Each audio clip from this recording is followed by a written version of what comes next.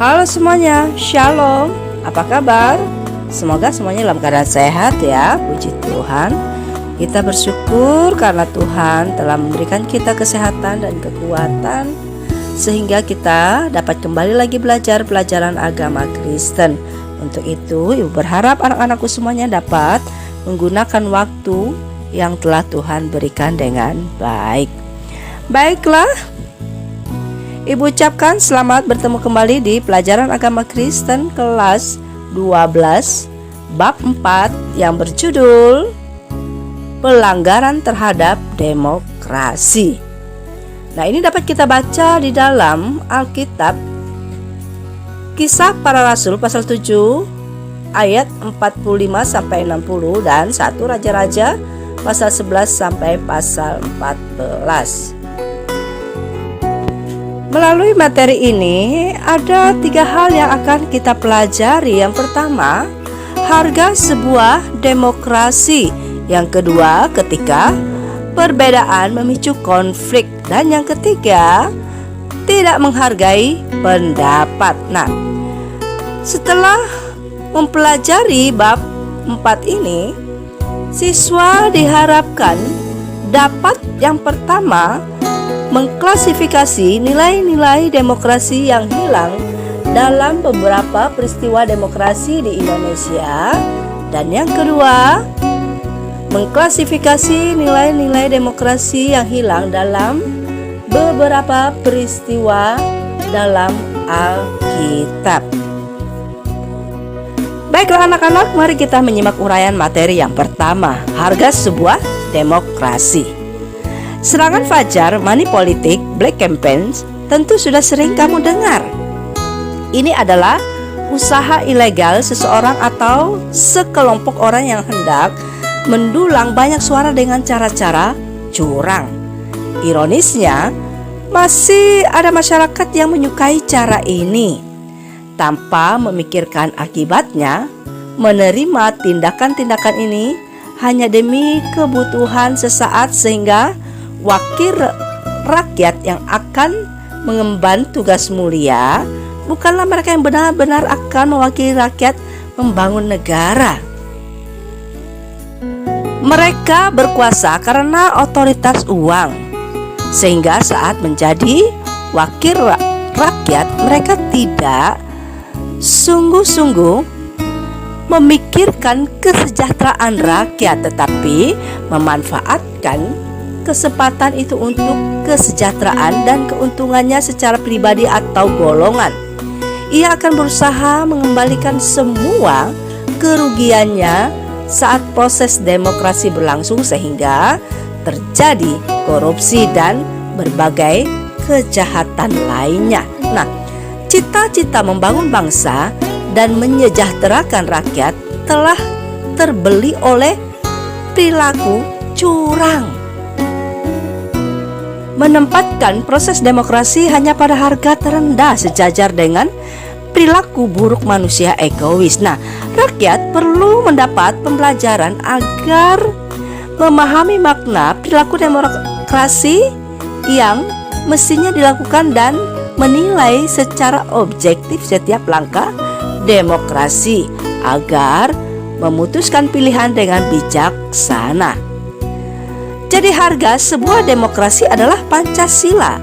Cita-citanya mulia dan harus dilakukan dalam takut akan Tuhan. Uraian materi yang kedua, ketika perbedaan memicu konflik. Anak-anak, perlu kita ketahui bahwa demokrasi dilaksanakan di antara berbagai latar belakang anggota masyarakat. Nah, di antara masyarakat pelaku demokrasi pun terdapat berbagai alasan dan tujuan berbeda.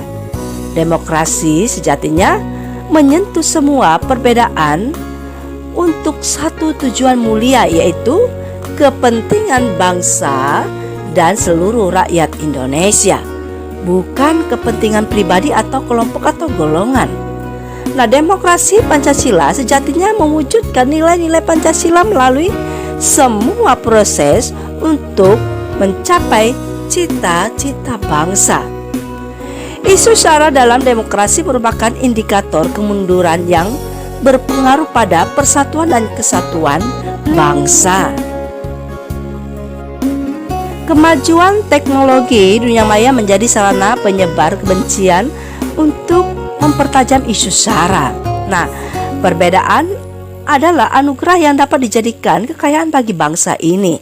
Tetapi ketika diterima dengan cara yang berbeda, perbedaan akan menjadi pemicu konflik yang memecah belah bangsa. Di dalam Alkitab kita mengetahui bahwa bangsa Israel adalah bangsa yang benar, umat pilihan Allah. Mereka adalah keturunan satu ayah, anak cucu Abraham, Ishak dan Yakub. Sampai masa pemerintahan Raja Salomo, bangsa Israel masih menjadi satu kerajaan besar. Setelah kematian Raja Salomo, kerajaan itu terpecah menjadi dua. Anak-anak Salomo yaitu Rehabeam dan Yerobeam saling berebut tahta. Inilah awal kerajaan Israel mulai goyah.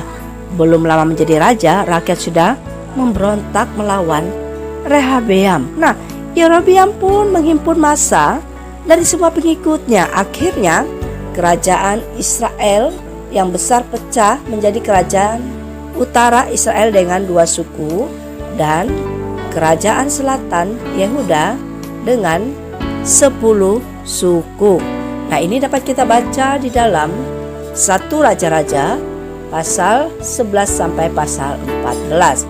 Jadi Yerobeam memerintah kerajaan utara Israel dan Rehabeam memerintah kerajaan selatan Yehuda. Semua berawal dari perbedaan pendapat, perbedaan cara menghadapi rakyat, dan kepentingan pribadi. 12 suku mempunyai keinginan masing-masing dan memilih kepada siapa mereka mau tunduk. Kedua anak Raja Salomo pun menginginkan kekuasaan dan jabatan sebagai raja.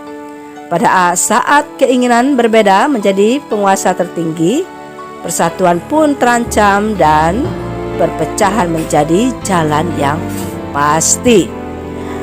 Oleh sebab itu, perbedaan tidak boleh dipandang sebagai ancaman, tetapi sebagai kekayaan untuk persatuan yang kuat. Uraian materi yang ketiga, tidak menghargai pendapat. Pada waktu rakyat Israel mengangkat Rehabeam menjadi raja, menggantikan Salomo ayahnya, mereka mengajukan permohonan untuk keringanan tanggungan yang berat selama masa pemerintahan Salomo. Di dalam 1 Raja-Raja pasal 12 ayat 14 mengatakan, "Ayahmu telah memberatkan tanggungan kami, maka sekarang ringankanlah pekerjaan yang sukar yang dibebankan ayahmu dan tanggungan yang berat yang dipikukannya pada kami, supaya kami menjadi hambamu." Nah, tua-tua Israel menasehati Rehabeam agar mengabulkan permintaan rakyat, tetapi Rehabeam tidak mengindahkan nasihat itu. Raja Rehabeam terhasut oleh perkataan orang-orang muda yang sebaya dengannya. Ia pun menjawab rakyat Israel, "Ayahku telah memberatkan tanggungan kamu, tetapi aku akan mengubah tanggunganmu itu. Ayahku telah menghajar kamu dengan cambuk, tetapi aku akan menghajar kamu dengan cambuk yang berduri besi." 1 Raja-Raja pasal 12 ayat 14. Rehabeam tidak mengindahkan suara rakyat, bahkan suara Yerobeam yang membela rakyat. Inilah sebabnya orang Israel memberontak kepadanya dan meminta Yerobeam menjadi raja atas mereka. 2 suku Israel meninggalkan Rehabeam dan memisahkan diri dari pemerintahannya. Sejak saat itu, bangsa Israel memberontak terhadap keluarga Daud sampai hari ini. 1 Raja-Raja pasal 12 ayat 19. Nah, anak-anak, demokrasi Pancasila menempatkan rakyat sebagai pemegang kekuasaan tertinggi.